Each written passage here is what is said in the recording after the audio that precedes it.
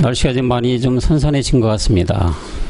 그 무덥던 찌는 듯한 더위도 이제 다 지나가고 아침 저녁으로 선선한 계절이 왔죠, 여러분. 이제 계절도 바뀌었으니까 말씀에 더 전념하는 우리 청년부 여러분들이 되셨으면 좋겠습니다.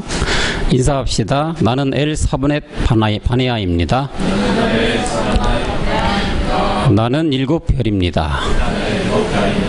말씀이 하십니다. 네, 이 말씀을 인하여 큰 구원을 얻으시는 여기 모여있는 모든 청년들과 우리 지금 보니까 꼬마 우리 친구들도 와 있네. 청년 어린이들이 되기를 그리스도 영으로 축원합니다. 오늘은 고린도후서 12장 9절 10절 두 절을 중심으로 약할 때 강함이라는 제목으로 서로 은혜를 나누고자 합니다. 자, 두 절입니다. 첫 절 9절을 여러분들이 합독하시고요, 10절은 제가 이렇게 돌아가며 교독하겠습니다. 여러분들 먼저 하십시오. 시작. 너희에게 주시기를 내 은혜가 너희에게 족하도다. 이는 은혜를 너희에게 약한 데서 온전하여 줍니다 하신지라. 그러므로 도리어 크게 기뻐함으로 나의 여러 약한 것들을 대하여 자랑하리니 이는 그리스도의 능력이 내게 머물게 하려 합니다. 그러므로 내가 그리스도를 위하여 약한 것들과 능력과 궁핍과 박해와 곤고를 기뻐하노니 이는 내가 약한 그때의 강함이라. 아멘. 여러분, 우리가 성경을 많이 봐서 알다시피 성경은 많은 역설적인 내용이 들어가 있습니다. 로마서 6장 8절에서 보면 죽어야 산다고 말씀하고 있고요. 또 로마서 12장 16절에서는 낮아져라, 그러면 높아질 것이었다라고 말씀을 해주고 있고요. 고린도전서 1장 27절과 8절에서는 우리가 너무 잘 아는 말씀입니다. 미련하고 약하고 천하고 멸시받는 자들을 택하여서 이보다 나은 자들을 부끄럽게 하게 한다고 말씀을 해주고 있습니다. 고린도 1장 27절 보면 그러나 하나님께서 세상에 미련한 것들을 택하사 지혜 있는 자들을 부끄럽게 하려 하시고 세상에 약한 것들을 택하여서 강한 것들을 부끄럽게 하려 하시며, 다음 절 가시면은요, 하나님께서 세상에 천한 것들과 멸시받는 것들과 없는 것들을 택하사 있는 것들을 폐하려 하시니라. 이렇게 말씀해 주고 있습니다. 또한 사도 바울은 오늘 본문 고린도후서 12장 10절로 보면은 내가 약할 그때에 곧 아까 말씀하신 강함이라고 말하고 있습니다. 그러므로 내가 그리스도를 위하여 약한 것들과 능력과 궁핍과 핍박과 곤란을 기뻐하노니 이는 내가 약할 그때에 곧 강하게 된다. 이 세상 사람들이 보는 잣대로 보면 이해가 안 되는 말씀들입니다. 세상 사람들은 더욱 강해지려고 노력합니다. 무한경제인 시대에 산다고 하며 모든 사람들은 강자만이 살아남는 시대라고 말하고 있어요. 남을 밟고 일어서야만 내가 산다, 이렇게 생각하고 그렇게 살아가기 위해서는 갖은 노력과 투쟁과 분투를 세상 속에서 아끼지 않으며 살아가고 있습니다. 물론 이런 노력한 자들이 많은 것을 갖게 되고 출세하고 권력 있는 자리에 올라서 세상을 호령하게 됩니다. 그러나 이것이 이 세상의 법칙이고 이치면은 분명할 것인데, 그러나 하나님은 그렇게 하지 말라고 하십니다. 그래서 로마서 12장 16절에서 높은 데 마음을 두지 말고 낮은 데 처하라고 말하고 있어요. 서로 마음을 같이 하며 높은 데 마음을 두지 말고 도리어 낮은 데 처하며 스스로 지혜 있는 체를 하지 말라. 왜 세상이 잣대와 하나님이 잣대는 이렇게 극명하게 나누어지는 걸까요? 어찌 보면 당연한 귀결일 것입니다. 왜냐하면 하나님의 말씀은 영적 말씀이고 세상에 살아가는 이 세상의 잣대는 육적인 것이기에 때문에 그럴 것입니다. 그래서 요한복음 6장 63절에서 말씀하는 것 아니겠습니까? 살리는 것이 바로 영이고 육은 무익하다고 말씀을 해주고 있는 것입니다. 살리는 것은 영이니 육은 무익하다. 내가 너희에게 이른 이것이 영이요 생명이라고 말하고 주고 있어요. 여러분, 우리의 육이 낮아질수록 영은 높아집니다. 육이 깨어질수록 영은 풍요해집니다. 육이 죽을수록 영은 살아남을 깨달으시는 여러분 되시기를 그리스도 영으로 축원합니다. 그래서 사도 바울은 고린도전서 15장 31절에 뭐라고 했습니까? 나는 날마다 죽는다는 고백을 하고 있지 않습니까? 형제들아, 내가 그리스도 예수 안에서 주 안에서 가진 바 너에게 대한 나의 자랑을 단언 한마디로 말하면 날마다 죽는 걸 자랑한다. 여러분도 바울처럼 날마다 아니 분초마다 죽어서 분초마다 더욱 살아나시는 여러분 되시기를 그리스도 영으로 축원합니다. 우리의 육은 죽어야 합니다. 육은 날마다 후패되어야 영이 살아납니다. 그러기에 바울은 고린도후서 4장 16절에서 겉사람은 후패되어 속은 날로 새로워져라고 강력하게 우리에게 말해주고 있어요. 그러므로 우리가 낙심하지 아니오니 겉사람은 후패하나 우리의 속은 날로 새롭다. 세상에 사는 이런 겉사람, 우리가 보여지는 이런 모든 것들은 후패되고 잘못 사는 것 같고 안 되는 것 같지만 우리의 속은 날로 새롭게 된다는 말입니다. 믿음의 조상 아브라함도 우리 어땠습니까? 이스마엘로 족 하나에다 하나님 했을 때 하나님은 14년 동안이나 나타나지도 않으시고 만나주시도 않으시고 들어주시도 않았습니다. 아브라함이 다 늙어서 99세의 노약하 힘이 다 빠져서 기진맥진에 있을 때 나타나서 아브라함이라고 이름을 바꾸면서 말해 주시고 있었습니다. 여러분, 모세는 또 어땠나요? 그가 바로 공주 밑에서 왕자로 있을 때는 하나님은 그를 거들떠 보지도 않았습니다. 그가 제일 좋은 위치에 있을 때 자기 자만을 이런 것 때문에 아무것도 할 수 없었습니다. 그러나 그가 광야로 쫓겨나와서 나약함을 부르짖을 때에 하나님은 그를 들어서서 애굽의 바로 왕으로부터 유대 민족을 구원하는 영적 복을 받은 모세가 되었던 것입니다. 여러분 잘 아는 기드온 이 용사도 나약함을 고백할 때 주님이 들어쓰셨습니다. 사사기 6장 15절 가볼까요? 기드온이 그에게 대답하여 주여 내가 무엇으로 이스라엘을 구원하리이까? 보소서 나의 집은 므낫세 중에 극히 약하고 나는 내 아비 집에서 제일 작은 자니이다. 기드온 용사 이렇게 지금 고백했습니다. 하나님은 약하다고 고백하는 기드온을 통하여 미디안 군대를 다 메뚜기 떼 같은 그 큰 군대를 단 300명의 숫자로 혼비백산하게 만들었던 것입니다. 사도 바울도 자신의 연약함을 고백할 때부터 하나님의 맨 앞에서 쓰임을 받게 하였던 것입니다. 인간이 하나님 앞에서 승리하는 비결은, 하나님 앞에 들어서는 비결은 자신의 연약함을 발견하고 고백하는 데 있다는 얘기죠. 그래서 고린도전서 1장 26절에 형제들아 너희를 부르심을 보라. 육체를 따라 지혜 있는 자가 많지 아니하며 능한 자가 많지 아니하며 문벌 좋은 자가 많지 않다. 육체를 따라서 육체로 보면은 지혜 있는 자가 많지 않다. 능한 자도 많지 않다. 문벌 좋은 자도 많지 않다. 여러분, 육을 지배하는 건 누굽니까? 이 세상인 건 마귀입니다. 여기에 있을 때는 지혜가 있는 자가 많아 보이지만 이 세상에 출세하고 잘 먹고 잘 살아도 그거는 지혜가 있지 않고, 능한 자가 많다, 이 세상에 잘 나가는 권세 모든 걸 누려도 그렇지가 않다는 얘기고, 문벌 좋은 자, 많이 배운 것, 철학, 소위 말하면 석학이 된다 하더라도 그렇지가 않다고 말하고 있어요. 어디 안에서? 육체에 따라서 나온 것들. 하나님이 쓰고자 하는 사람들을 보니까 지혜 있고 능력 있고 문벌 좋은 자가 없다는 말씀 하는 거 아니겠어요? 그러면서 바울은 이런 자들을 들어쓰는 것은 지혜 있고 능력 있고 문벌 좋은 자들에게 부끄럽게 하려고, 패하게 하려고 그런 것이다라고 아까 본 27절 28절에서 말해줬던 것입니다.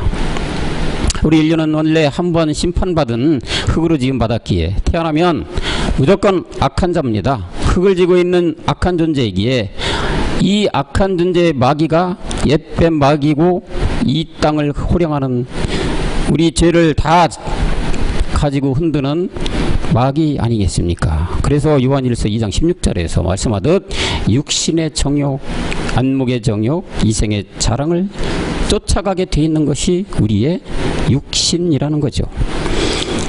하지만 이는 하나님께로서 나온 것이 하나도 없고 다 세상으로 쫓아나왔다고 분명하게 말해주고 있어요. 모든 것이, 이 세상의 모든 것이 육신, 안목, 이생 이런 것들의 자랑인데 이것은 아버지께 나온 것이 하나도 없고 다 세상 즉 마귀로부터 나왔다는 얘기죠. 내가 능력 주는 선에서는 줄 것이다. 내가 택한 자들에게 이 능력을 준다. 세상 임금은 마귀로부터 쫓아나온 거라고 얘기하고 있습니다. 따라서 인간은 창세기 12장 1절의 아브라함처럼 반드시 본토와 친척과 아비집을 떠나야만 하는 것입니다. 그래야 못 사는 것 같으나 잘 사는 것이 되고 망하는 것 같으나 흥하게 되는 것이고 하나님께 귀히 쓰임받게 되는 것이다. 사람의 본토인 옛사람 지의 몸 사망의 몸을 가지고 이 세상에서 잘 되면 절대 안 됩니다.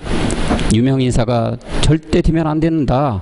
출세하고 잘 먹고 잘 살면 안 된다. 반드시 이 본토로부터 벗어나서 잘 돼야 되고 본토로부터 벗어나서 출세해야 되고 본토로부터 벗어나서만 잘 나가야 되지 옛사람 근본인 본토에서 잘 되면 절대로 안 된다. 그건 망하는 길이다. 망하는 지름길이다.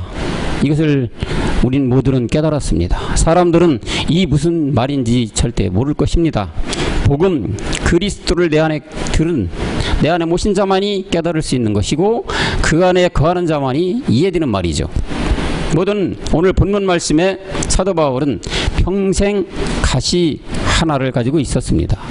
그가 삼층층의 한 사람을 보고 얻은 가시지요.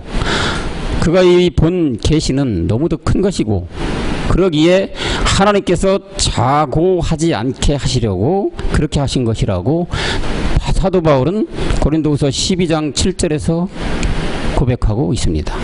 여러 계시를 받은 것이 지극히 크므로 너무 자고하지 않게 하시려고 내 육체의 가시 곧 사탄의 사자를 주셨으니 이는 나를 쳐서 너무 자고하지 않게 하려 하십니다. 스스로 자만하지 않게 가시를 줬다. 삼층층의 그 비밀에 신령한 몸을 입은 사람을 봤다.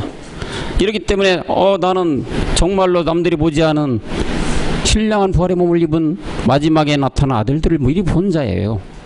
그러니 사도 바울이 영적으로 볼 때 얼마나 교만하게 될 상황입니까? 이런 걸 아는 하나님께서는 사자를 그 가시를 하나 주셨다는 얘기예요. 그렇지만 너무 이 가시가 너무너무 길었던 바울은 이것을 없애달라고 3번이나 간구를 하고 있어요. 그러나 하나님께서는 9절에서 우리가 익히 잘 아는 말씀 뭐라고 합니까? 내게 이르시기를 내 은혜가 내게 족하도다. 이는 내 능력이 약한 데서 온전하여 치시라 하신지라. 약한 데 있을 때 온전해진다. 능력 그리스도는 이러므로 도리어 크게 기뻐함으로 나의 여러 약한 것들에 대하여 자랑하게 되었다. 이것을 깨달은 바울은 자랑하게 됐다. 이는 그리스도의 능력으로 내게 머물게 하려 그렇게 하셨다는 얘기죠. 그리스도의 능력, 하나님의 능력, 이거를 자기 안에 머물게 함으로 말하게 하기 위해서 가시를 주셨다. 그런데 이렇게 하신 것이 능력에 약한 데서 온전해지고 도리어 자랑하게 된 것은 그리스도의 능력이 자기에게 머물게 하기 위한 것이라고 분명하게 이렇게 고백을 해왔던 것입니다. 마찬가지로 우리도 심령이 상처를 입어서 약해질 때에 주의 능력이 우리 심령 위에 온전하게 나타난다. 왜 그럴까요? 우리 심령이 약해질 때 사람들은 하나님을 찾고 사모하게 됩니다. 말씀을 사모합니다. 탕자가 모든 것을 탕진하고 궁핍하게 되니까 아버지와 집 나간 생각이 나서 사람들도 내 힘으로는 아무것도 해낼 수 없다고 그렇게 깨달아질 때 탕자처럼 다시 뒤를 돌아보고 집을 생각하게 되고 돌아갈 생각을 하게 된다. 하나님을 믿고 의지하게 된다. 참 믿음을 얻게 된다. 그런 얘기죠. 그럼 가시와 고통 자체가 좋다? 그런 말일까요? 어떤 이는 가시의 고통에서 낙심하고 자포자기하는 자들도 있습니다. 그러나 가시밭 다음에는 반드시 푸른 초장이 나오게 되고 검은 구름이 있어야만 찬란한 7색깔 무지개를 만날 수가 있다. 바울은 인간이 약한 데서 통하여 주의 능력이 온전히 나타냄을 체험했다. 그런 얘기예요. 그래서 그는 나는 오히려 약한 것들을 자랑한다고 분명하게 고백을 하고 있고 나는 고난받기를 기뻐한다. 왜 그러냐? 그 약함에 강한 능력이 나오고 고난을 통해서 자신이 강해지는 체험을 했기 때문에 그런 고백을 할 수가 있었던 것입니다. 여러분, 그릇 만드는 사람의 능력과 기술은 흙에 부드럽고 반죽이 잘 되어질 때에 원하는 그릇을 만들 수 있습니다. 대장장이가 도구를 만들 때에도 쇠가 뜨거워져서 연해지고 부드럽게 됐을 때 두들겨 패가지고 마음대로 도구를 만드는 거 아니겠습니까? 우리의 영은 날마다 허기진 이 느낌이 있어야 합니다. 배고픔을 느껴야 한다는 얘기죠. 육도 배고프면 먹는 것을 찾고 아프면 병원을 찾듯이 우리의 이 영이 허기짐을 느낄 때에 영이신 그리스도의 하나님, 즉 말씀을 사모하게 되고 말씀을 먹어 영이 쌀찌게 된다는 것입니다. 그러면 그 영이 살찌게 되면 나중에는 어디까지 갈까요? 우리가 너무 잘 아는 말씀, 장성한 분량에 이르러서 그리스도의 머리까지 자라가게 된다는 것입니다. 그래서 베드로전서 2장 2절에서는 뭐를 사모하라? 신령한 젖을 사모하라고 말하고 있어요. 갓난 아이들같이 순전하고 신령한 젖을 사모하라. 이는 이로 말미암아 너희로 구원에 이르도록 자라게 한다. 신령한 젖을 사모하는 게 뭡니까 여러분? 말씀을 사모하는 겁니다. 매일같이 우리의 생명을 자꾸 북돋하고 자라가게 하기 위해서는 말씀밖에 없다. 요즘 이렇게 고백하잖아요. 말씀이 하십니다. 왜요? 말씀이 하나님이라. 하나님을 내 안에 끌어들이는 만큼 생명이 살아나는 것이고 그 생명이 내 안에서 존재하고 움직이게 주기 때문에 이 말씀을 사모하는 건 우리한테 너무나 중요하다. 사람들이 먹지 않으면 어떻게 돼? 허기짐을 느끼잖아요. 3일 못 먹었다. 우리 현준이 학교에 왔는데 현준 한 끼 굶으면 어때? 현준?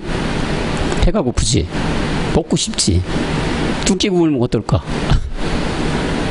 아마 기진맥진할걸? 힘도 안 나고, 그지? 우리의 이 지고 있는 이 몸의 육체도 먹지 않으면 영도 마찬가지로 먹지 않으면 영의 양식인 이 말씀을 먹지 않으면 기진맥진해 결국은 탈진하는 상태가 되게 될 것이고 그 끝자락에는 뭐가 될까요? 결국엔 하나님도 부인하게 될 상황까지 가게 됩니다. 왜? 아직 우리는 이 육이 그대로 살아있잖아요. 남아있잖아요. 우리가 완전히 없어져 지금 신령한 몸을 입은 것도 아니고 가는 과정이기 때문에 베드로가 분명히 얘기했던 신령한 젖을 사모하는 여러분 모두가 되어야 될 것이옵니다. 고린도전서 14장 1절엔 신령한 것을 구하되 특별히 뭘 해라? 예언하려고 하라고 우리에게 당부하고 있어요. 사랑을 따라 구하라. 신령한 것을 사모하는데 특별히 예언을 하려고 하라. 율법에 있는 사람들은 이거를 지금 어떻게 해석을 할까요? 네? 지원자매님, 이 한번 말씀 어떻게 율법에 있는 사람들 이거 해석할까요?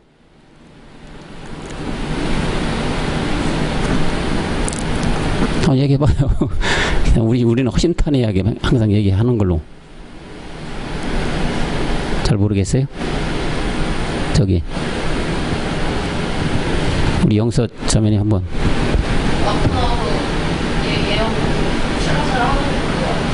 잘 안 들려. 이 마스크 써가 잘 안 들려요. 옆에 나와서 이 사람 예언해주세요. 오, 맞습니다. 지금 율법에서 그렇게 지금 이거를 저도 우리 율법 교회 있을 때 특별한 예언을 하려고 기도해야 됩니다. 금식기도 해야 됩니다. 그런 능력을 받아야 됩니다. 근데 제가 커온 지금 그 교회에서 한 30년 있는 그 교회에서 이렇게 하는 사람들이 있었습니다. 그 집사인데 그 양반에는 항상 줄을 섰어요. 주일날 아니면 평일날에도. 그게 왜 그러냐? 예언 좀 해달라 이거예요. 예언. 내가 일주일에 있다가 어딜 가야 되는데 누가 만나야 되는데 이 일이 잘 풀릴 것 같습니까? 아니면 누굴 만나서 계약을 해야 되는데 이 계약이 잘 성사가 될 것 같습니까? 아니 이런 예언을 해달라고 줄을 서서 말 그대로 연보를 가지고 가요 그냥. 그러니까 뭐 그 사람은 뭐게요? 예수 무당이죠. 우리가 얘기하는 예수 무당. 예수 팔아서 뭐가 돼요? 자기 장사하는 거잖아요. 돈 버는 거잖아요. 그런 자들이 많았습니다. 율법에는. 이것뿐만이 아닙니다. 이건 이제 말이 예언이라는 얘기 나왔기 때문인데 능력도 그런 능력이 아니었어요. 능력도 그냥 병 낫게 하는 능력, 병 고치는 능력, 누구 낫게 해서 손 얹고 기도하면 간질병이 떠나가는 능력, 뭐 이런 능력 달라고 얘기했지. 성경에서 말하는 능력이 누구예요? 그리스도예요. 그죠? 그리스도가 하나님의 능력이고 하나님의 은혜잖아요. 그런데 다들 그렇게 호도하며 풀었단 얘기예요. 지금 이 사도행전 14장 1절도 사랑을 따라 구하라. 여러분 사랑하면 여러분 우리는 생각이 나잖아요. 누구예요? 사랑. 이 사랑과 뭐가? 빛이 나중에 하나가 됐을 때 우리는 신령한 부활의 몸을 입는다. 하나님의 마지막 그 가장 믿음, 소망, 사랑 중에 가장 큰 게 뭐라 해요? 사랑이잖아요. 사랑으로 우리는 마지막에 끝날에 우리의 신령한 몸을 입는 이 사랑을 따라서 그래서 구해야 된다. 마지막까지. 신령한 것을 사모하는데 특별히 이해하는. 아까 얘기했던 신령한 것이라는 게 무엇입니까? 말씀입니다. 이것도 아버지의 말씀, 멜기세덱 주의 말씀을 사모하는데 특별히 예언하라. 특별히 예언하다. 율법에는 그런 예언이 아니라 결국은 우리가 몸을 사모하며 가야 된다. 몸을 얻는 걸 우리가 간절히 바라야 된다. 그런 말씀을 들어서, 신령한 말씀을 들어서 이런 말씀을 주시는 것인데, 율법 사람들은 글자 그대로 해석하잖아요. 보이는 현상 그대로 그냥 교리 안에 넣어서. 그러니까 성경이 엄한 대로 갈 수밖에 없죠. 우리 오늘 목사님도 말씀을 하시잖아요. 성경이 다 호도된 게 많아요. 너무나 모르니까 어찌 알겠어요. 현존이더라. 현존아, 너 미분적분 알아? 모르지. 미적분 한번 풀어볼래? 미적분이 뭔지 들어봤어? 못 들어봤잖아.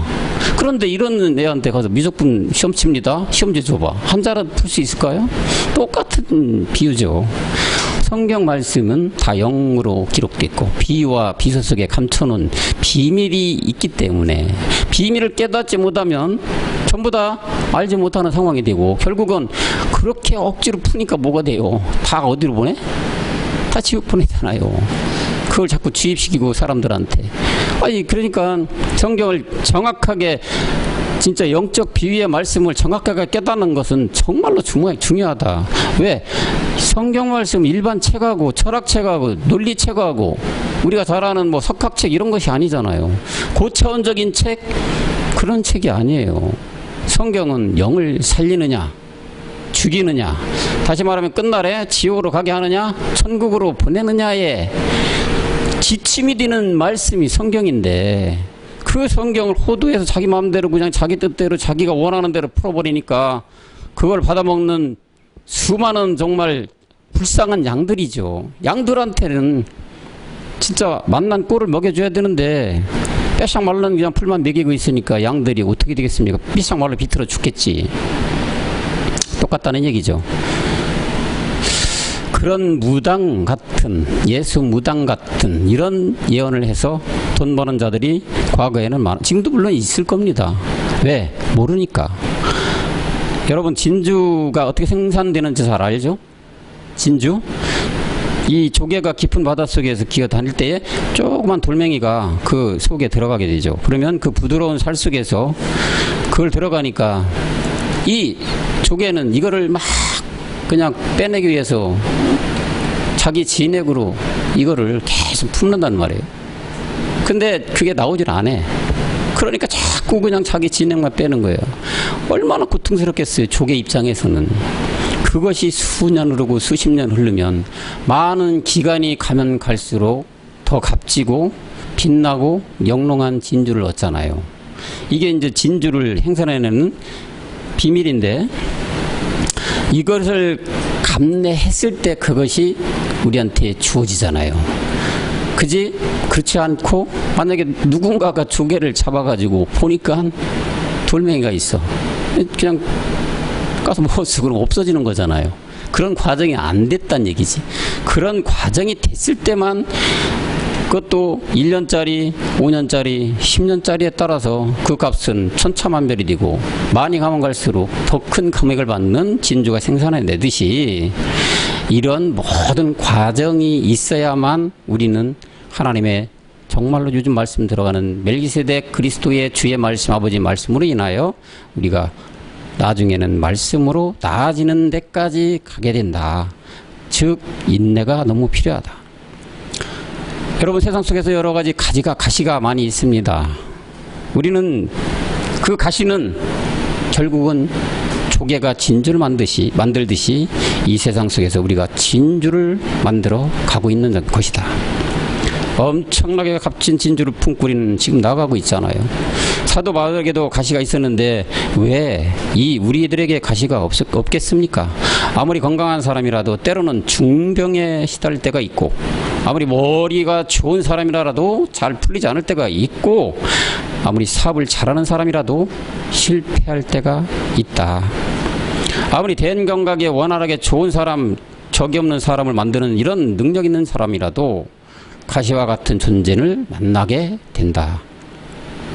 그러기에 우리에게 주는 유익이 있기 때문에 하나님께서는 일시적으로 그 가시를 우리에게 허용해 줬다. 그러니 가시로 인하여 너무 마음 아파하지 마시고, 하나님의 선하신 뜻 가운데 우리는 허락된 가심을 그냥 순리적으로 받아서 말씀 속에서 승리하는 여러분 모두가 되어야 될 줄로 믿습니다. 복음 그리스도를 모르는 율법에 속한 자들이나 율법에도 들어오지 않은 자들 세상에 많이 있지요. 이 세상의 가시로 인하여 이런 자들은 세상 속에서, 마귀 안에서, 이 땅에서 그냥 율법 안에서 낙심하게 되고, 또한 좌절해 버리는데 심한 사람은 목숨까지 끊어버리죠. 왜? 복음 그리스도를 모를 뿐더러 정말로 우리가 구원받는 게 뭔지를 모르는 자들이 있기 때문에 당연지사일 것입니다. 그러나 복음 그리스도 안에 있는 우리들은 가시가 우리를 찌를 때에 어떠한 태도를 우리가 가져야 됩니까? 요즘 목사님들 얘기잖아요. 기도해야 된다. 어려움이 닥칠 때만 기도하는 게 아니라 우리는 무시로 기도해야 된다. 또한 뭐야? 감사를 해야만 된다. 찬양도 해야 됩니다. 왜 그렇게 해야 됩니까? 고린도서 1장 19절에서 그 답을 말해가지고 있어요. 우리 곧 나와 실로아누와 디모데로 말미암아 너희 가운데 전파된 하나님의 아들 예수 그리스도는 예하고 아니람이 없다. 왜 그러냐? 그리스도 안에 있는 생명을 가진 우리이기에 어떤 가시가 세상에 살아가면서 우리에게 닥치는 여러 가지 가시가 있을 것인데도 감사해야 된다. 물론 세상에 살아가면서 세상 가시도 있지만 내 안에 내가 보지 못하는 가시들도 많이 있을 것입니다. 그 가시는 하나님이 허락하신 가시다. 우리 바울처럼 평생을 이 가시를 짊어지고 살았던 것은, 그것을 바울은 기쁨으로 받아들이고 찬양하고 오히려 감사하는 조건을 가지며 살았던 것처럼 우리도 그런 삶을 살아야 될 줄로 믿습니다. 여러분, 우리가 어디에 처해 있다가 이 자리에 있게 되었습니까? 시편 55편 15절 한번 볼까요?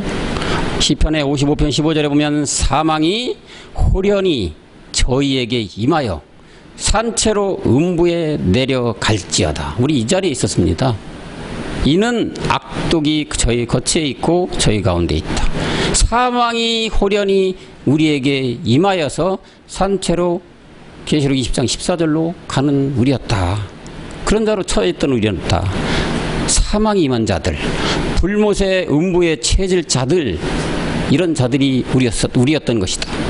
그러나 창세전 아들로 택하사 죽은 자들 가운데 살리시고 이제는 신의 아들이라는 칭함도 주시고 우리를 낳기 위해 지금 이 시간에도 쉬지 않고 주무시지도 않고 일하고 계시는 우리 하나님이시다. 그런 우리에게 이 사망은 우리와는 이제 상관없게 되었다. 그래서 바울은 로마서 6장 9절에 사망이 우리를 주장하지 못한다고 이제 말씀을 해주고 있어요. 이는 그리스도께서 죽은 자 가운데서 사셨다. 다시 죽지 아니하시고 사망이 다시 그를 주장하지 못한다. 사망 속에서 건진받은 우리였다.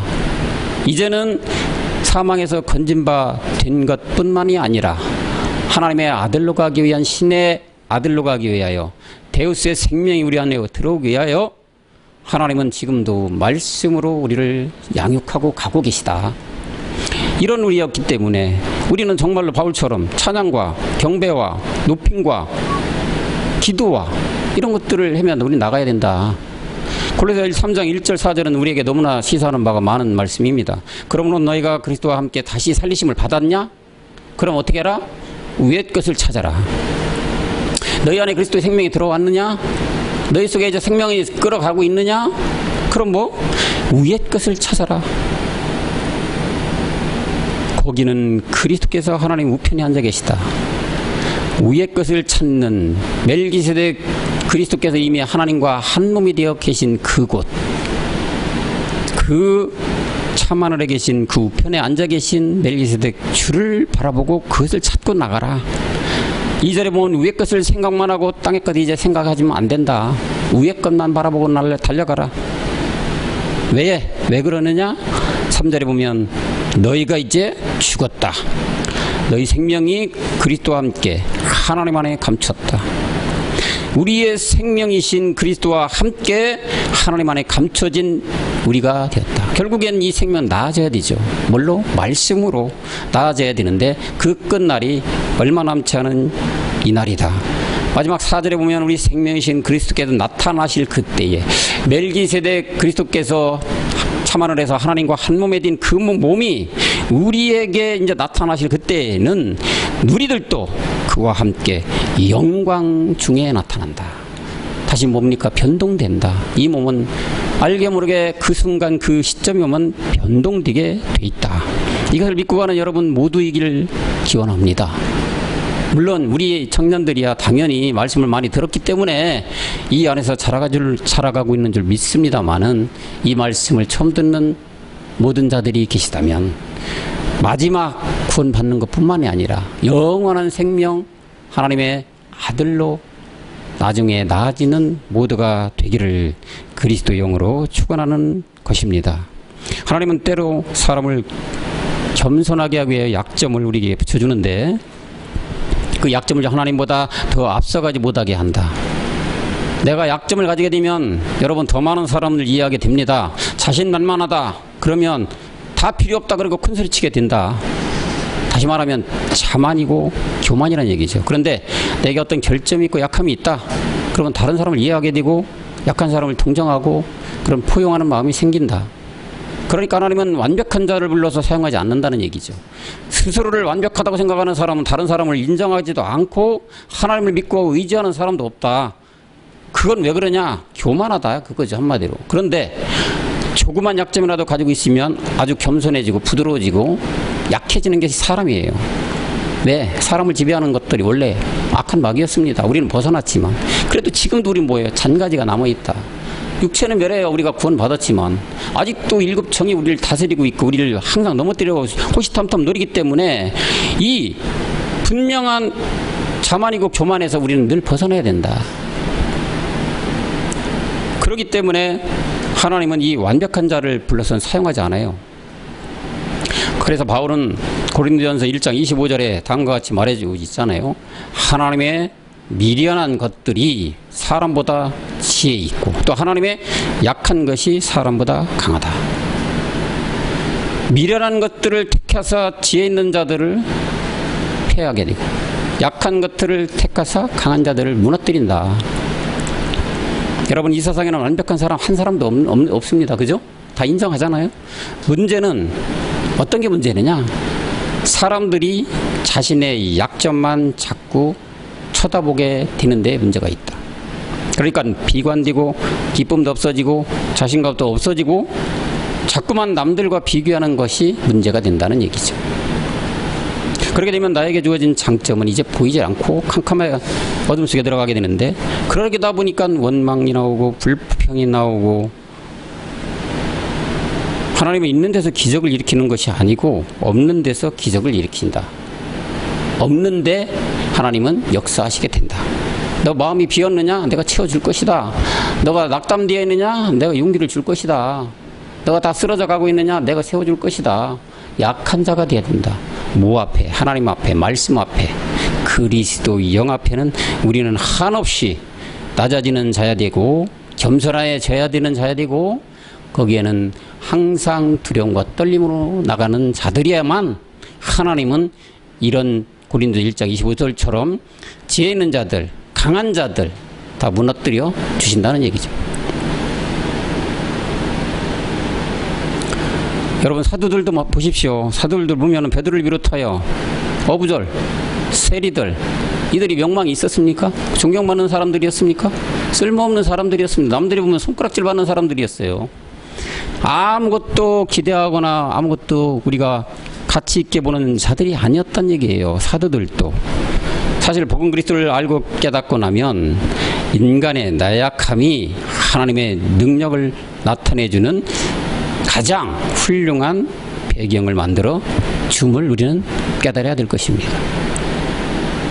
내 미련함과 부족함, 내 실수와 실패, 내 어려운 환경과 그것이 내게 있어서 걸림돌이 아니라 하나님의 능력을 나타내주는 가장 귀한 삶의 배경이라는 것을 여러분 고백하는 여러분들이 되시기를 그리스도 영으로 축원합니다. 내가 잘났다, 내가 이 세상의 최고다, 나보다 아는 사람. 그리고 우리가 늘 얘기하잖아. 남을 나보다 뭐 낮게 여겨라. 하나님은 깨끗하고 온전한 사람만 찾는다면 여러분 저를 비롯해서 여러분 이 땅에 하나님께 쓰임받을 자가 아무도 없을 것입니다. 하나님의 나라의 확장은 약한 자들을 들어서 강한 자를 약하게 만들고 미련한 자들을 들어서 지혜로운 자들을 부끄럽게 하는데 그 원리가 있다.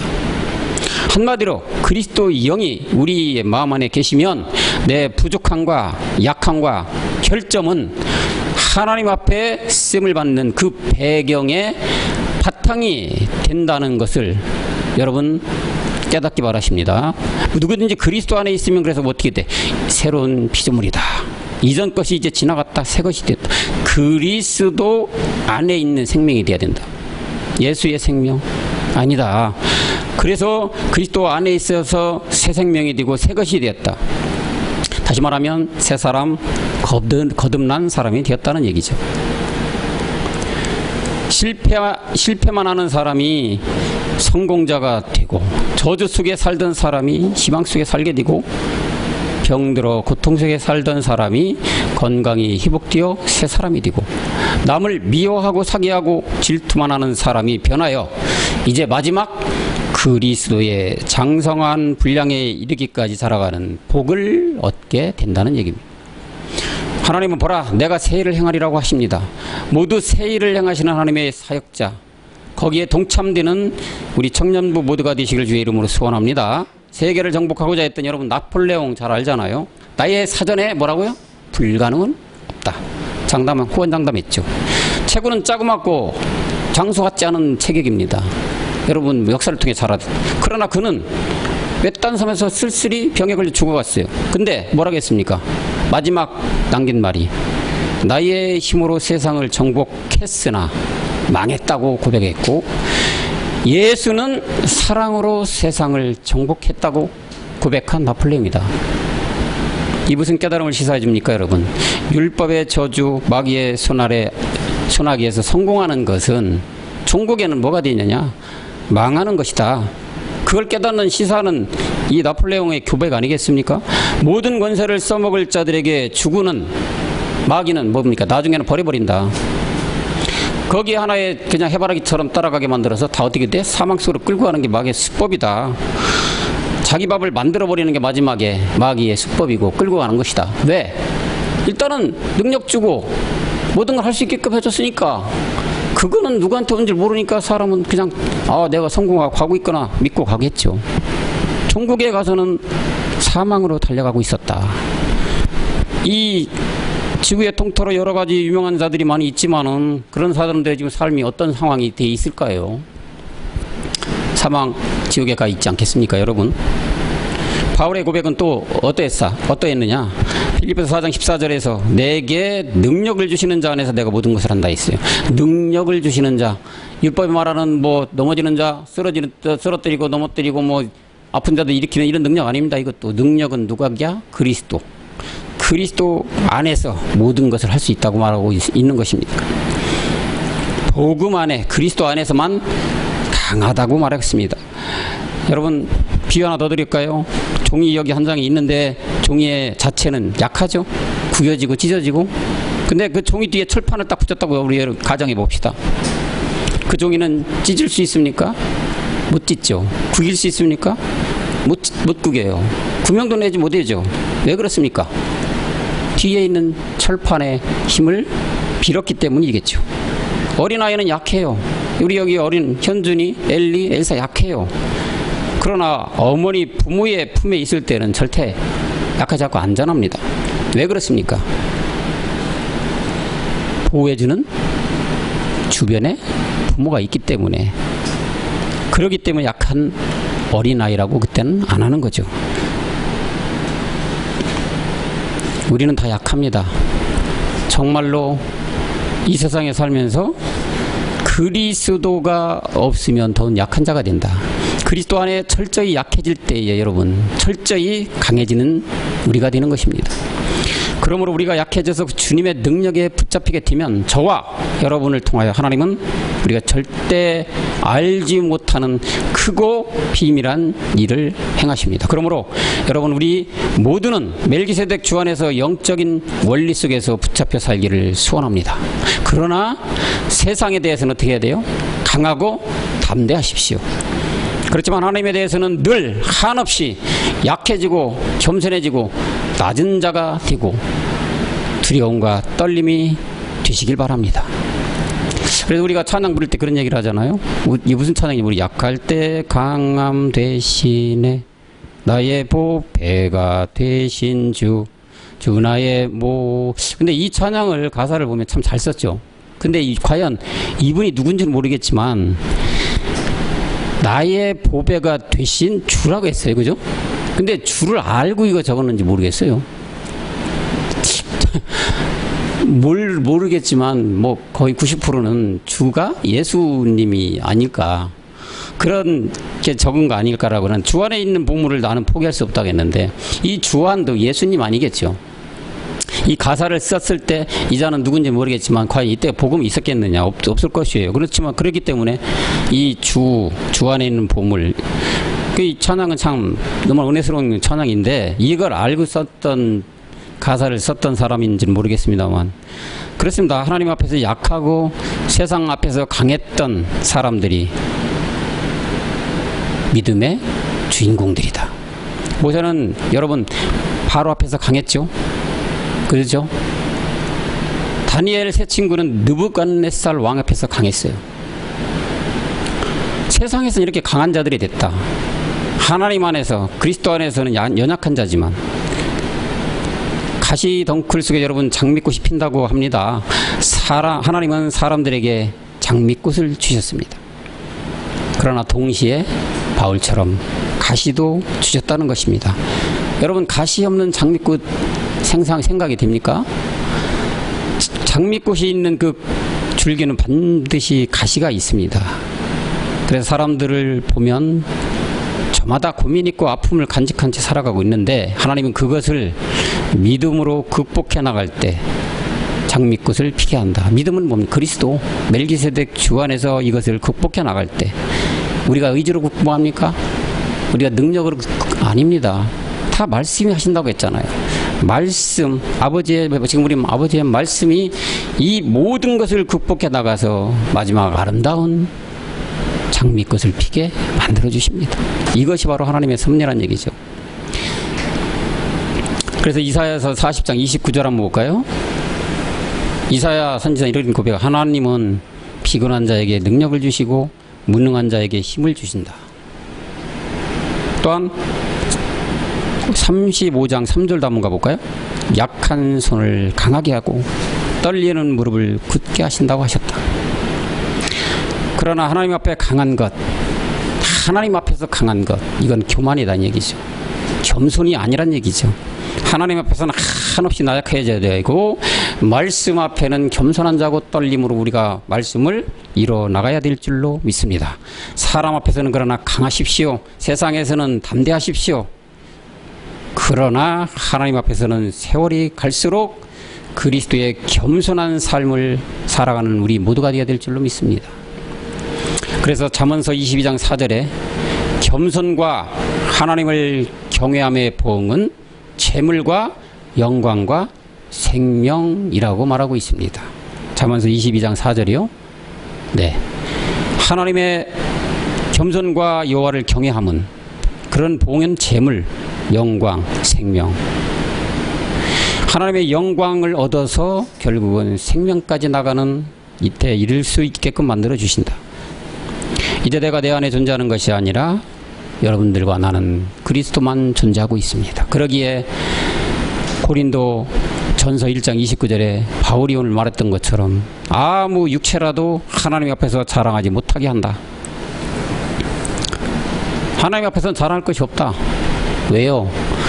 하나님께서는 모든 만물을 주관하시고 인간의 생사화복을 주관하고 있는 것도 없는 게 하시는 게 하나님의 능력이기 때문에 이 하나님 앞에서 우리가 자랑할 것이 뭐가 있겠습니까? 자랑할 것은 어디 뭡니까?